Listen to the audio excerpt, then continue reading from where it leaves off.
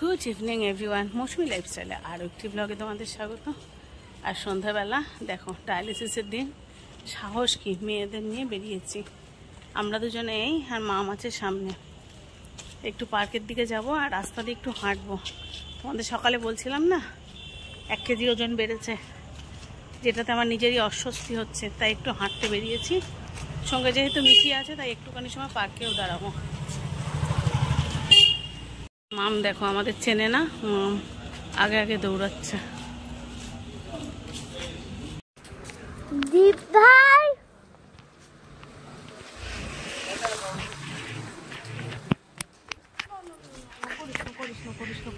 আর আমাদের রোজ যে রাস্তায় দেখো আজ কিন্তু সে রাস্তা না, এটা আমাদের বাড়ির পেছনের রাস্তা।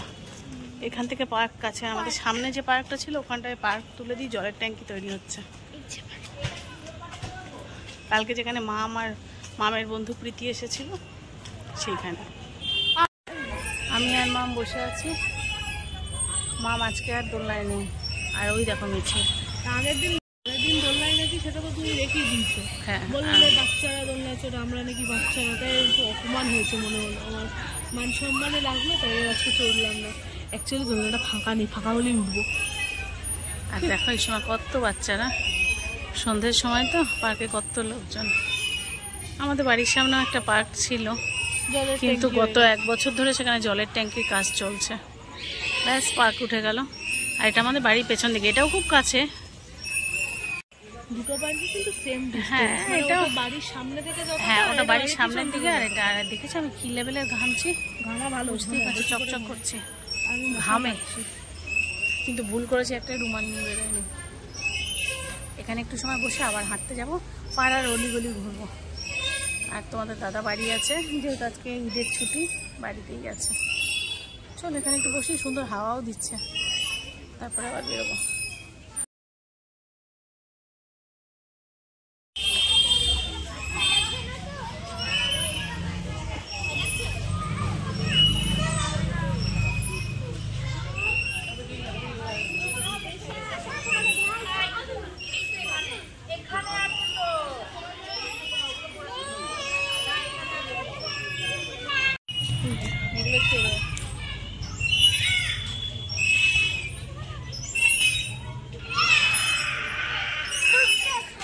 কি ফুচকা খাবো।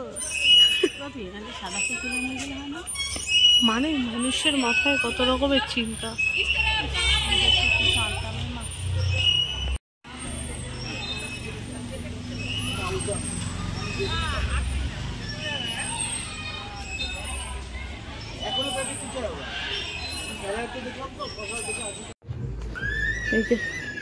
আমরা ফুল তুলে বাড়ি ফিরছি।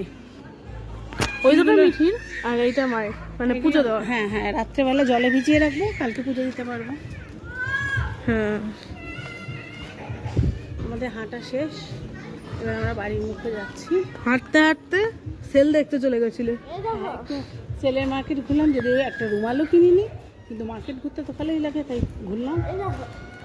তারপরে ফুল তুললাম, বাড়ি চলে এলাম। খুব সুন্দর হচ্ছে। শুভ সকাল বন্ধুরা। সকালে ঘুম থেকে উঠে বেশ অনেকক্ষণই হয়ে গেছে। তোমাদের দাদা আজকে অফিসেও চলে গেছে, আজকেও একটু বেশ ভোরবেলাই গেছে। আর ওর শরীরটা ভালো ছিল না, সেই জন্য ব্রেকফাস্ট করেনি। ভালো ছিল না ইন দ্য সেন্স, ওর ওই পেটটা একটু প্রবলেম করছিল। শুধু একটা বিস্কিট আর হালকা একটু লিকার চা খেয়ে গেছে। ওর পেটে ব্যথা করছিল, হালকা হালকা পেটে ব্যথার ওষুধ খেয়েছে, আর হালকা একটু লিকার চা আর কি বলে একটা বিস্কিট খেয়ে চলে গেছে। আর এদিকে ব্রেকফাস্ট করবো বলে এই যে প্যান বসিয়ে দিয়েছি। তোমরা জানো সকালে আমার হালকা ফুলকাই হয়।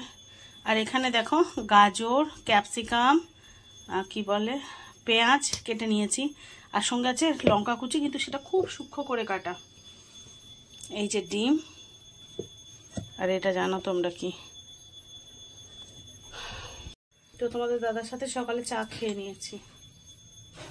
আর এখন বাচ্চাদের জন্য বানাবো হচ্ছে, রোজ তো তোমরা দেখেছো ব্রেড দিয়ে করি, আজকে করছি ওটস দিয়ে অমলেট। একটু যদি ওটসটাকে গুঁড়ো করে নিন ভালো হয়, গোটা গোটা দিলে খেতে ভালো লাগে না, তাই আমি ওটসটাকে গুঁড়ো করে নিয়েছি। আর সবজি দিয়েছি, বাচ্চাদের জন্য সবজিটা অত্যন্ত প্রয়োজনীয়। এর মধ্যে একটু নুন আর গোলমরিচ দেবো, আর কিচ্ছু না। চলো আমি এটাকে রেডি করে ফেলি। দেখো ব্যাটারটা একসাথে বানিয়ে নিয়েছি, 2 বোনের বানাচ্ছি, হাফ হাফ করে দুবারে ভাজবো। আচ্ছা, মিঠিরটা একটু ছোট, মামেরটা একটু বড়, এরকম করে একসাথে করে নিয়েছি। আর আমার পাশে কে দেখবে, খিদে পেয়ে গেছে না, মা চলে এসেছে আর মাম ঘর গোছাচ্ছে, ওই পেছনে দেখা যাচ্ছে। এই যে দিয়ে দিয়েছি, এবার একটু ঢেকে দিই, কারণ এটা একটু সুন্দর করে সেদ্ধ হওয়ার পালা। এটা কিন্তু সকালে কিন্তু বেশ একটা হেলদি খাবার। তোমরা আগেও আমায় দেখেছো, আগে দেখেছো ব্রেডটাকে গুঁড়ো করে নিয়ে, আজকে বানালাম কিন্তু ওটস দিয়ে। ওটসটা খাওয়া কিন্তু ভীষণ হেলদি। আর ওদিকে মাম সকালবেলা একটা ওয়েব সিরিজ চালিয়েছে। বুঝতেই পারছো 2 বোনের এখনও কারোর পড়াশোনা নেই, তো সকালবেলা 2 বোন উঠে কি করবে, মিঠি দুষ্টুমি করছিল, সেই জন্য একটা ওয়েব সিরিজ বাচ্চাদের চালিয়ে দিয়েছে। ওই যে কার্টুনের যে ওয়েব সিরিজগুলো হয় না, তো সেই চালিয়ে দিয়েছে নাকি বাচ্চাদের মুভি, যাই হোক আমি অত বুঝি না, তবে হইচই চালিয়েছে দেখলাম। আর যেহেতু পরশু থেকে মিঠির স্কুল, মানে কালকের দিনটা মিঠির ছুটি আছে, মিঠির নতুন সেশন শুরু হচ্ছে পরশু দিন থেকে। 2 বোনে ভাবলাম যে ঠিক আছে চলো আজকের দিনটা একটু আনন্দ করুক, আমিও আর কিছু বললাম না, চটপট খাবারটা করে নিই, সময় লাগবে না, শুধু একটুখানি সময় এটা চাপা দিয়ে রাখলে কি হয়, মানে ভেতরটা খুব সুন্দর সফট হয়। করে নিই, চলো ওদের খেতে দিয়ে নিই, তারপর আবার আসছি। তো এই যে বানিয়ে নিয়েছি, এবার মিঠিকে দিয়ে আসি। আর দেখো সামনে একটুখানি আমি মেয়োনিজ আর উপরে একটুখানি চিলি ফ্লেক্স দিয়েছি। আর মিঠি তো জানে এইসব খেতেই ভালোবাসে, যদি নর্মাল ওটস দিতাম মিঠি এক্ষুনি নাক কুচকাতো, কিন্তু মিঠি কিন্তু জানে না এটা ওটস, জানো তো। মিঠি জানে হয়তো ব্রেড গুঁড়ো করে দিয়েছি, ও চুপচাপ খেয়ে নিচ্ছে, টেস্টে কিন্তু খুব একটা ফারাক পড়ে না, কিন্তু জানলেই চিৎকার করবে, সেই জন্য মিঠিকে বলা হয়নি যেটা ওটসে। আর এদিকে দেখো মাম ঠাকুর ঘরে পুজো দিয়েছে। কালকে সেই তোমাদের দেখাচ্ছিলাম না, আমি হাঁটার সময় ফুল নিয়ে ফিরছি, সেই ফুলগুলো কি সুন্দর দেখো, জলের মধ্যে রেখে দিয়েছিলাম। একদিন এক্সপেরিমেন্ট করে দেখার চেষ্টা করলাম যে থাকে কি না, তো সুন্দর রয়েছে। তো এবার থেকে হাঁটতে গেলে এই ফুলগুলো নিয়ে আসবো বলেই ভাবছি। আর যে সকালবেলা ঠাকুর ঘরে একটু তাড়াতাড়ি পুজোটা হয়ে গেলে কি একটু ভালো লাগে, মানে মনে হয় যেন একটা বিশাল বড় দায়িত্ব কমে গেল। তো সেই জন্য মাম বললো, মা আমি সকাল সকাল বেশ গরম পড়েছে, তো স্নানটা তাড়াতাড়ি করে আগে পুজোটা দিয়ে নিই, তারপরে আমি ঘরের মধ্যে টুকটাক যা করার করব। তো সেই জন্য মামকে বললাম ঠিক আছে তুই যা, কারণ ছাদের উপরে না ঠাকুরের বাসন মাজতে গেলে বড্ড রোদ। হ্যাঁ, তো সকালবেলা বেশিরভাগ দিন ওর বাবা ধুয়ে দিয়ে যায়, কিন্তু ফুল তুলতে যেতে হয় ছাদে, তারপর ঠাকুরের জল আনতে যেতে হয়, সেই জন্য ঠাকুরের বাসন মাজাটা খুব কষ্ট। আর বলেছি যে এই সময় পুজো দিয়ে, অন্য সময় কি হয় শীতকালে তখনই বাসনটা আবার মেজে রাখি, আর গরমকালে পুজো দিয়ে এঁঠো জায়গাটা মুছে রাখি, মানে ঠাকুরের যেখানটা প্রসাদ ভোগ দিই সেখানটা মুছে রাখি, বাসনগুলো বাইরে বের করে রাখি, বিকালবেলা গিয়ে মাজা হয়। সেটা কোনোদিন আমি, কোনোদিন ওর বাবা, 2 একদিন মামও করে, তবে চেষ্টা করি মামকে ওটা অ্যাভয়েড করানোর। যাই হোক চলো, দেখো জানলা বন্ধ করে এসে বসে আছি, রান্নাঘরে সব খাবারগুলো গরম করলাম। কি কটকটা রোদ, আমাদের জানলার কাঁচ কিন্তু কালো, তাতেও দেখো পর্দাটা সরিয়ে রেখেছি, দিনের বেলা ঘরে একটু আলো না ঢুকলে কি পরিমাণে রোদ, দূর বাইরে বেরোলে মনে হয় জীবনটা বেরিয়ে যাবে। কি করে মানুষটা অফিসে বেরিয়েছে, মাঝে মাঝে আমাদের এনজিও কাজে তো ফিল্ডে যেতে হয় না। আজকে আরও শরীরটা ভালো না, পেটে ব্যথা বলছে, কি জানি। আজকে বললাম যে আজকে কিন্তু বাইরে যেও না, অফিসেই থেকো, দেখা যাক এসে কি বলে। কাজ করতে করতে না ক্লান্ত হয়ে গেছি, পুরো ঘেমে নিয়ে একসাথে দেখো চোখ মুখ জ্বালা পোড়া করছে। আর তোমরা তো জানোই আমি তো দুপুরে সেভাবে রান্না করি না, আমি যেটুকু ঘাটতি পড়ে সেটুকু করি, নাহলে রাত্রে বেশি করে রাখি। কারণ এখন সপ্তাহে 3টে করে যেহেতু ডায়ালিসিস, এবার ধরো কালকে আবার ডায়ালিসিস আছে, তাহলে মানে কালকে নিয়েছি, কালকে রাত্রেবেলা ঠিক করে রান্না করেছি, আবার আজই দুপুরটা হয়ে যাবে, আবার আজকে রাত্রে করব, কাল ডায়ালিসিসের দিন তো দুপুরে করতে পারি না, ফিরতেই তো কত দেরি হয়ে যায়, তো রাত্রেবেলা করে রাখলে আমার সকালে সুবিধা হয়। আর যেটুকু যদি একটু কিছু কম টম পড়ে তখন একটু ডাল সেদ্ধ, আলু সেদ্ধ এইসব মানে হালকা ফুলকা কিছু একটু করে নিই।